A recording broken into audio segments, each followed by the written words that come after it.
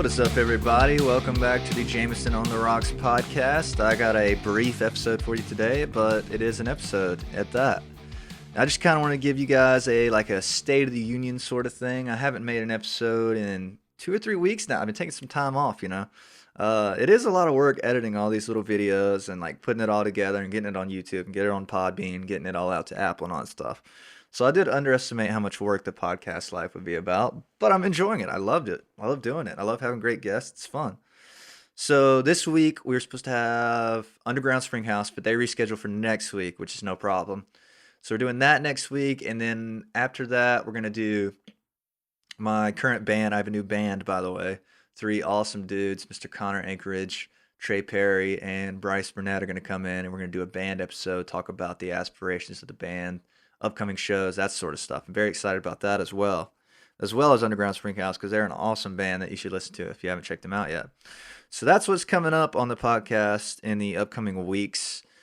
In the meantime, we're mid-election. It's November 4th, by the way, and you should be seeing this by November 5th. And mid-election, we don't know who won. I probably wouldn't have much to say depending on who won. I wouldn't comment on it. I try to keep it in the music on here. But yeah, that's pretty much what we got going. Just stick with me. Got more episodes on the way. Working on it. Until then, I wanted to give you guys a little something to nip on until then, which will be this brief episode. This is the Behind the Music series I'm starting. So I'm going to do little informationals about songs I wrote and recorded, like Too Hot to Hold, Heavy Dependence. Just everything I've ever put out, I hope to do an episode for, and kind of explain how the process went. Mainly just so some people enjoy that sort of stuff, and so that I don't forget, you know what I mean? It's real easy to forget who played on a song and what happened and how I recorded it, how I wrote it. So I'm going to start doing these. I'm excited. This is number 1, and today we are doing Too Hot to Hold, which is my latest single. Hopefully you've listened to it. It's been the intro to the podcast for 4 or 5 episodes now. I think it fits really well because it's upbeat and everything. So, all right, let me knock into this thing. Too Hot to Hold. I looked it up on my phone because I try to write lyrics out on paper, like on a notebook or whatnot. But for this one, I did it all on my phone for some reason, which is weird. But I looked it up, and it was written on March 29th, 2020. So this is mid-pandemic, you know what I mean? Well, not mid, beginning pandemic, you know what I mean? Shit is starting to go crazy left and right. They're canceling school. People are freaking out. We don't know if it's real. We don't know what's happening, you know what I mean? And I left Athens. I went home to Gibson, Georgia, and I pretty much went up my studio six hours a day, 6 to 8, give or take, and I wrote and I recorded, which was awesome. I enjoyed it. I made a whole record, and I think it was the best work I've ever done. Like, I've really sat down and got it right, I think, especially on this song. And back to the writing. I'll start with the writing of it before I get into the recording of it. But I know I had this riff. I remember this vividly, having this guitar riff. Here we go.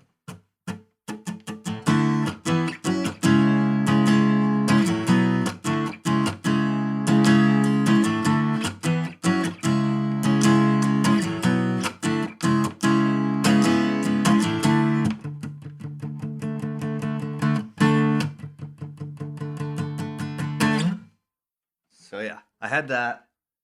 I knew it was catchy. I knew it had a melody. It's kind of similar to Overflows, one of my older songs. Kind of similar to Heavy Dependence. I like to write from a riff, and it's usually not soloing because it's not kind of my thing right now. But yeah, I had that. I knew that was good. I knew it was upbeat. I knew it sounded like a rock song. And I'd been listening to a ton of like 80s rock, 90s rock, which is what I always listen to, but like a really 80s kind of month for me. I was really digging back into Van Halen, Motley Crue, and Def Leppard sort of stuff. Really inspired by that sort of stuff. And a lot of my songs have been really linear before this, like very 90s, like no like outburst vocally, like just kind of in between the lines, you know what I mean? Which is great. I love doing it like that. But this one I wanted to get a little bit more out of the lines, which was fun. So I remember I had that, and once I get a riff, I start looking through my phone notes, and I came to the line that I knew I had, and I'd been saving it. And the line was, "What a beautiful day to take over the world." Still think that's a fantastic line. I think I got it from a documentary. I wrote this down. pretty sure it was a Police or a Coldplay documentary. One of them said that it was a beautiful day to take over the world. They had just came to America and they were going to play or whatever. I knew that was a great line, and once I have a line like that, usually it just kind of falls out of me, which is great. So I had the "What a Beautiful Day, Take Over World," "What a Beautiful Day," Jeep Top Down, All American Girl, and then I can just play off that, you know. And then I scrolled down some more, and I saw "Too Hot to Hold," and it just that was it. That was all I needed right there. Once I had that chorus, the verse wrote itself, which was great. The chorus did too. You know, just once you had the concept, they come out of nowhere. It's crazy. I love talking about this on the podcast because I don't understand it. Just you can sit there and if you try to sit down and write a song, that's usually when I come up with garbage, in my opinion. Like if I say, oh, I'm gonna write for 30 minutes today, that doesn't work for me. It's got to just hit you. You know what I mean? It's got to be there, and it'll write itself in fucking 30 minutes, which is great. So got the chorus, got the verse, second verse, give it a little alternate, and then the arrangement's what I did after, which was the key change at the end, the bridge, and all that stuff wrote itself. I'm pretty sure I was done writing it within the end of the day, maybe another day. And I spent the next couple of days arranging it, which is great. And I like the verse too, the Pasadena crop top. I think that's visually pleasing, and it has a meaning to me that I won't really explain, but like it all led to "Too Hot to Hold," to a girl being too hot to hold. You could date her, you could do whatever, but she'll never stay. You know what I mean? Which is the whole concept of the song, which I love. And so moving on, I had it written by the end of March, Aprilish, let's say. So COVID's going on. I can't leave the house. We're on a lockdown. You know what I mean? So I'm recording all fucking day long. I go up there and I track 2 electric guitars at full volume. I use a Variac and I pull the wattage down, not to get too production savvy with you all, but I turn up all the way and then I take my Variac and I pull it down, kind of like Eddie Van Halen used to do. And I record it. I think it took me a day to do the guitars. And I love the guitar sound. It's probably the best guitar sound I've ever gotten to date. Hopefully, going to get better. I'm really proud of it. I used my original red custom Berkshire guitar that I had made in Augusta. And the only last time I used that guitar on a recording was Heavy Dependence. I rarely use it because it has an intonation issue, so it sounds like shit, like tuning wise. But for this one, I made really sure I tuned for each take, and I got it right. So I do that at full volume. I try to give it the best energy I can. I'm jumping around in my little studio and having a good time with it, and just trying to make it sound like a hype song, not just me sitting down playing, which is important to me. And I don't know if I've said this yet, but I'm recording in River Rock Studio, as I call it, which is my little studio in Gibson or Stapleton, Georgia. And it's just a little 12 by 12 little cabin with a computer, speakers, my amps, all that good stuff. And it's wood, so that the acoustics in it are really good. And it's just got a homey feel. It's at the farm on home, you know, living on a farm and just hanging out in nature. It's just fucking awesome. It's a great place. Right next to the highway. It's awesome. But anyways, moving on, recording in my studio. I do the guitars, and then I send it off to this guy named Kyle May, who's in Nashville, who's a gnarly session drummer, and he's on soundbetter.com. I sent it to him. He sends me back these drum tracks. They're just fucking amazing. They're just huge, man. They sound so great. It's got a gnarly little intro. Dude, it's sweet. So good. So talented. And at this point, I'm hyped. I'm like, oh, this is a heater. This is a heater right here. This one is upbeat. I love writing upbeat songs because they're fun to play live. And after that, I took a scratch vocal, which is just me singing into this mic. A little crappy vocal, just one take, not really trying hard, just to get the point across, you know. And I send it off to Tommy Trotwan for bass. I'm not sure if I pronounced his last name right, but he's over with We Bought a Zoo Records, Athens, Georgia. He's a nice guy, super talented on the bass, and he brought in the little line, at the end of the intro, you can hear this little line, which he did, which I really like. He goes, which is super dope, I think. I love that part. He did a great job with the bass track, is what I'm saying, pretty much. And he had it back to me in a couple days, and that was the rhythm section. It was tight, too. It sounded really good to me. I then started tracking vocals. Really, all that was left was vocals in theory. I did a shit ton of vocals for this one because I was really into Def Leppard at the time, like I said, and Van Halen, and they all do a lot of vocals. And the Def Leppard thing was the whisper vocals, where you whisper into the microphone like 15 times for left and 15 times for right. So I'd be like, what a beautiful day. fucking until my throat hurt pretty much, which was cool. And you can't, it really kind of didn't really make the mix, but you can hear it in there if you listen. There's a whisper vocals, which not many people do anymore except for like pop, which I thought was cool. So I did a shit ton of vocals. I did thirds, I did fifths, I did whisper vocals, and I actually really loved the way the vocals came out on this. It took me a while to get the vocals right. I got a bunch of videos of me doing vocals in like several days, maybe a week of vocals. And I put that on YouTube, which is too odd to hold recording. This is a good video you should watch after this, by the way. On my YouTube, there's a video of the whole recording process, just little snippets I make, which is the first time I've done that because it's a pandemic. I'm bored as shit. I've got this camera that you're filming on right now, and I'm just videotaping everything. So yeah. And then the only other thing I really added was I added some harmonic overdubs on the guitars. If you listen closely in the choruses, you can hear it. I had some claps that were, some were fake, some were real.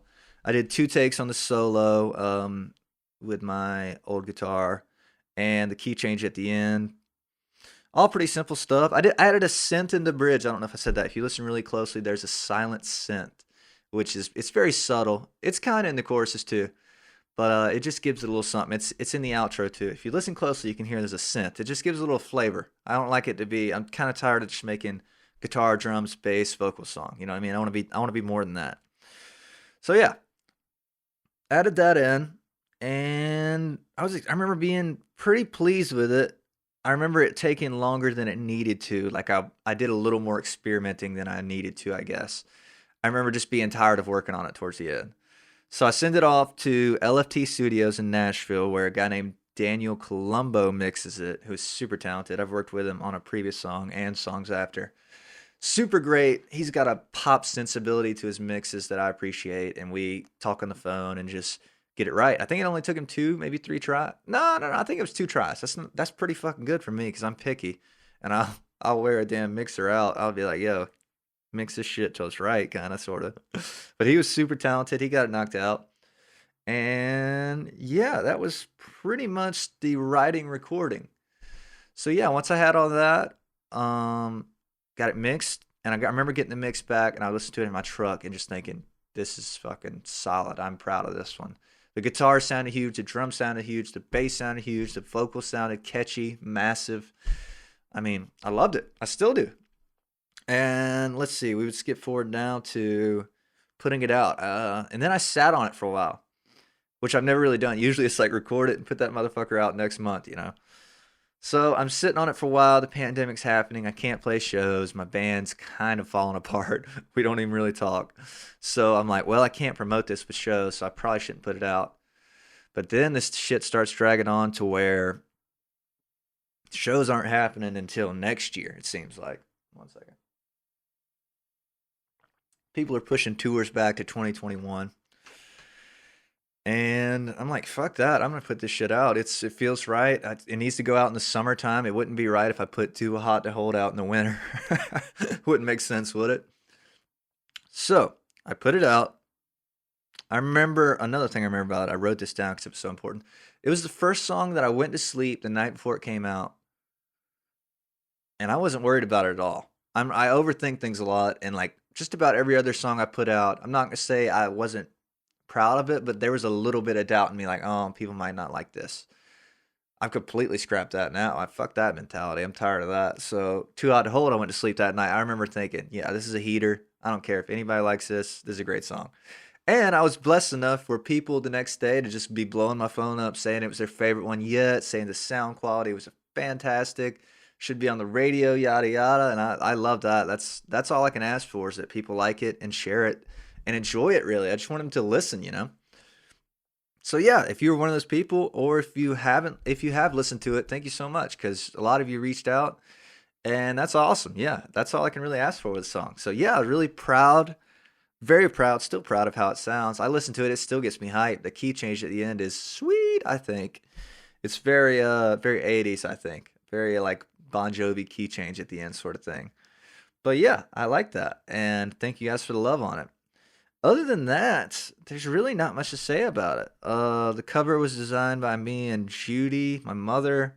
We sat down and worked it out. We knew it needed something to do with like a fire extinguisher, like something too hot. And the red color came to mind, so we went and we found a vector image and made that happen. I think it's a cool cover too. and is the lead single on, I guess, my upcoming EP, which is unannounced, even though I talk about it all the time. But I'm waiting on to be able to play shows again. So that's really all I have to say about it. So this has been a behind the music series, the first one, Too Out to Hold. A few other things I want to mention is I've got the t-shirts in. I ordered t-shirts. Anybody who follows me on Instagram saw me post about t-shirts. I have very few extras. I almost had the whole order was almost pre-orders, which is awesome. Thank you if you ordered a shirt, by the way. Don't have Jameson on the Rock shirts yet, but I'm working on it. But the Jameson Tank shirts are in, and if you want one of the few extras, hit me up. Tell me you heard it on the podcast. I'll probably give you a little discount, $20, something like that. We'll call it a deal ski. Let me know. So yeah, that just keeps me going, keeps me funded, keeps me available to do this sort of stuff. And in other news, we are working on new shows that I won't tell you about quite yet, but let's just say I got a new band. They're coming into the podcast next week. Underground Springhouse next week. Huge band, awesome band. Looking forward to it. That's it. Thank you guys for listening in. This was a solo podcast. Don't get to do these enough, but yeah, we got guests coming in. Thank you all for sticking with me through these couple weeks of no posting. I mean, I'm just proud that you guys have enjoyed it. A lot of people taking to it. A lot of people liking it on Facebook, Instagram, hitting me up saying they enjoyed yada yada episode, and that's awesome. So yeah, thank you guys for tuning in. This has been the Jameson on the Rocks podcast, Behind the Music series number 1, episode 14, give or take. I'll let you know. Thank you guys for tuning in. See ya.